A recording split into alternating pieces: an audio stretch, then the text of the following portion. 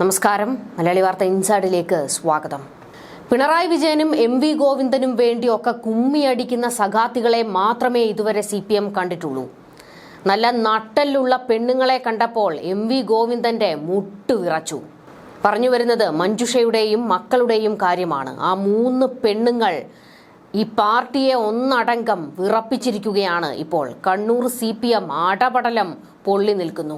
കഴിഞ്ഞ ഒരു ദിവസം, അതായത് ഡിസംബർ 12, കേരളം ഉറ്റുനോക്കിയ ദിവസമാണ്. ഹൈക്കോടതിയിലേക്ക് നെഞ്ചിടിപ്പോടെ കാത്തിരുന്ന നിമിഷം.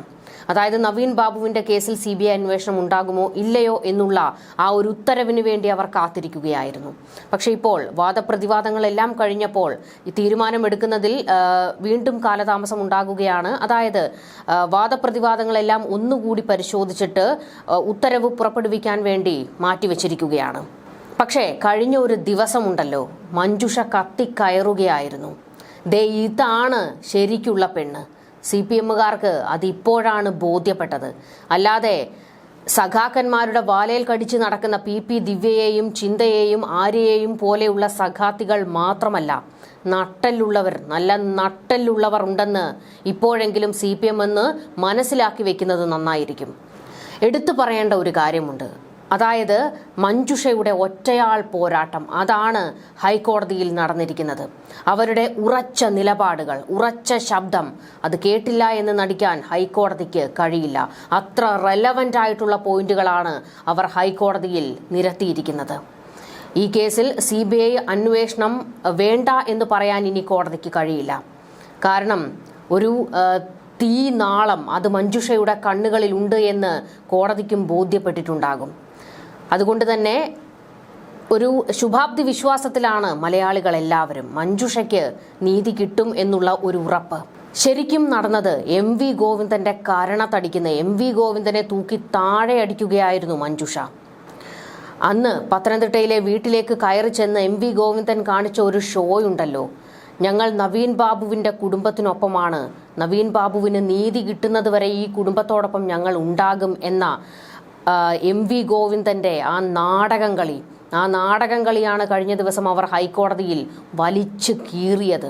ഹർജിയിൽ മഞ്ജുഷ ഉന്നയിച്ച ഏറ്റവും പ്രധാനപ്പെട്ട ഒരു വാദമുണ്ട്. അത് M.V. ഗോവിന്ദന്റെ കരണം പൊളിക്കുന്ന അടി തന്നെയായിരുന്നു.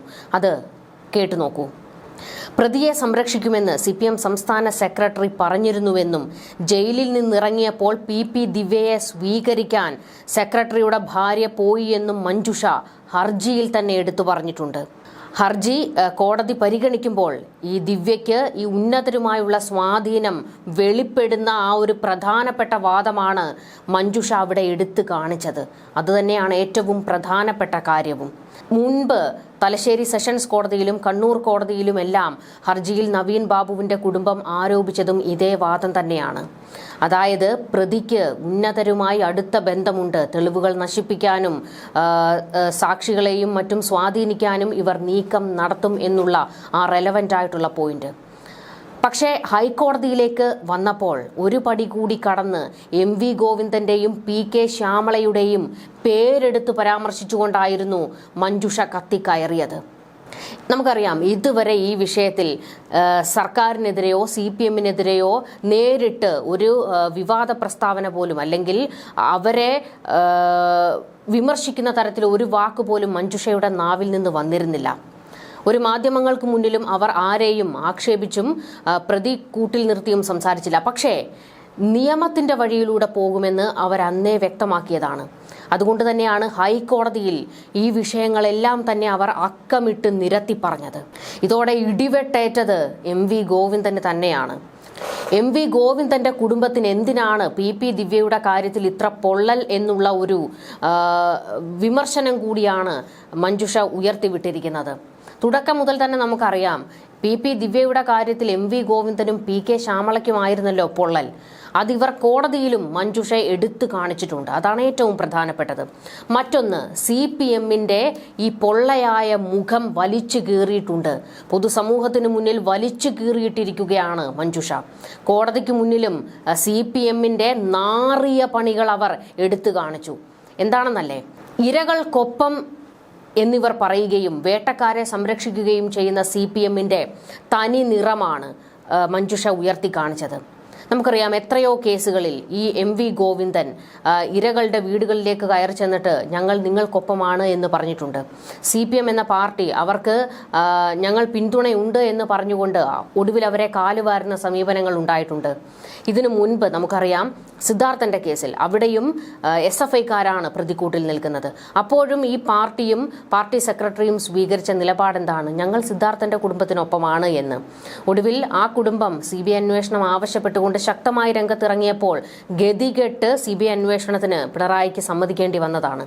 എന്നാൽ പിന്നീട് ഇവരെന്താണ് കാണിച്ചത്? ആ കുടുംബത്തെ അപമാനിക്കുന്ന എത്രയോ നീക്കങ്ങൾ ഇവരുടെ ഭാഗത്തു നിന്നുണ്ടായി. തീർന്നില്ല. വാളയാർ കേസിൽ എന്തായിരുന്നു ഈ സർക്കാർ ആ കുടുംബത്തിന് കൊടുത്ത വാക്ക്? ഞങ്ങൾ ആ കുടുംബത്തിനൊപ്പമാണ് എന്നല്ലേ? എന്നിട്ട് എന്താണ്? അവരെയും ചതിക്കുകയായിരുന്നില്ലേ ഈ CPMകാർ ചെയ്തത്, ഈ സർക്കാർ ചെയ്തത്? അതേ സമീപനം തന്നെയാണ് നവീൻ ബാബുവിന്റെ കേസിലും ഉണ്ടായത്. തുടക്കത്തിൽ തന്നെ ഇവർ ചെന്ന് കയറി അങ്ങ് പ്രഖ്യാപിക്കുകയാണ് ഞങ്ങൾ നവീൻ ബാബുവിന്റെ കുടുംബത്തിനൊപ്പമാണ് എന്ന്. അതിന് ഏറ്റവും പ്രധാനപ്പെട്ട കാരണം ഇവർ മറ്റ് ഏജൻസികളുടെ അന്വേഷണം ആവശ്യപ്പെടരുത്, ഇനി നിയമ നടപടികളുമായി മറ്റു കോടതികളെ സമീപിക്കരുത് എന്നുള്ള ഒരൊറ്റ നീക്കമായിരുന്നു അതിന് പിന്നിലുണ്ടായിരുന്നത്. അതെല്ലാം കൃത്യമായി മനസ്സിലാക്കിയ ആളാണ് മഞ്ജുഷ. ആ സമയങ്ങളിലൊക്കെ, അതായത് PP ദിവ്യ ജയിലിൽ നിന്നിറങ്ങുന്ന സമയത്ത് ഈ CPMകാർ കാണിച്ച പ്രഹസനമൊക്കെ കണ്ടിട്ടും അവർ ഒരക്ഷരം മാധ്യമങ്ങൾക്ക് മുന്നിൽ പ്രതികരിച്ചില്ല. എല്ലാം അവർ ഉള്ളിലൊതുക്കി വെച്ചിരിക്കുകയായിരുന്നു. അവസരം കിട്ടിയപ്പോൾ അതെടുത്ത് പ്രയോഗിച്ചു. അത് ഹൈക്കോടതിയിലായി പോയി എന്നുള്ളതാണ് MV ഗോവിന്ദന് പൊള്ളുന്നത്. ഇവർ ഇരകൾക്കൊപ്പമല്ല എന്ന് തെളിയിക്കുന്നതാണ് നവീൻ ബാബുവിന്റെ കേസ്. കാരണം നവീൻ ബാബു പാർട്ടി കുടുംബമാണ്, CPMന്റെ പല പദവികളിലും ഇരുന്നിട്ടുള്ള ഒരു വ്യക്തി കൂടിയാണ്. നവീൻ ബാബുവിന്റെ കുടുംബം മൊത്തത്തിൽ CPM അനുഭാവികളാണ്. അപ്പോൾ അവർക്ക് പോലും നീതി ഉറപ്പാക്കാൻ ഇവർ നിൽക്കുന്നില്ല എന്നുള്ളതാണ് ഏറ്റവും പ്രധാനപ്പെട്ട കാര്യം. അതെല്ലാം തന്നെ പൊളിച്ചെടുക്കുകയായിരുന്നു മഞ്ജുഷ കഴിഞ്ഞ ദിവസം ഹൈക്കോടതിയിൽ. അവർ ചോദിച്ച ഓരോ ചോദ്യങ്ങളും ഏറ്റവും റെലവൻ്റ് ആണ്. അതായത് നവീൻ ബാബുവിനെ കൊന്ന് കെട്ടിത്തൂക്കിയത് തന്നെയാണ് എന്നുള്ള ആ വാദത്തിൽ ഉറച്ചു നിൽക്കുകയാണ് മഞ്ജുഷ. ഈ പാർട്ടി ഒപ്പമുണ്ടെന്ന് പറഞ്ഞ് ചതിച്ചവരിൽ ഏറ്റവും കൂടുതലുള്ളത് സ്ത്രീകളാണ്, അമ്മമാരെ, ഭാര്യമാരെ, അങ്ങനെ എത്രയോ പേരെയാണ് ഇവർ വഞ്ചിച്ചിട്ടുള്ളത്. ഇവർ വഞ്ചിക്കും, കൂടെ ഉണ്ട് എന്ന് പറഞ്ഞുകൊണ്ട് അവസാന നിമിഷം കാലുവാരും എന്ന് മഞ്ജുഷ തന്നെ ഇപ്പോൾ സമൂഹത്തിന് മുന്നിൽ വെളിപ്പെടുത്തിയിരിക്കുകയാണ്.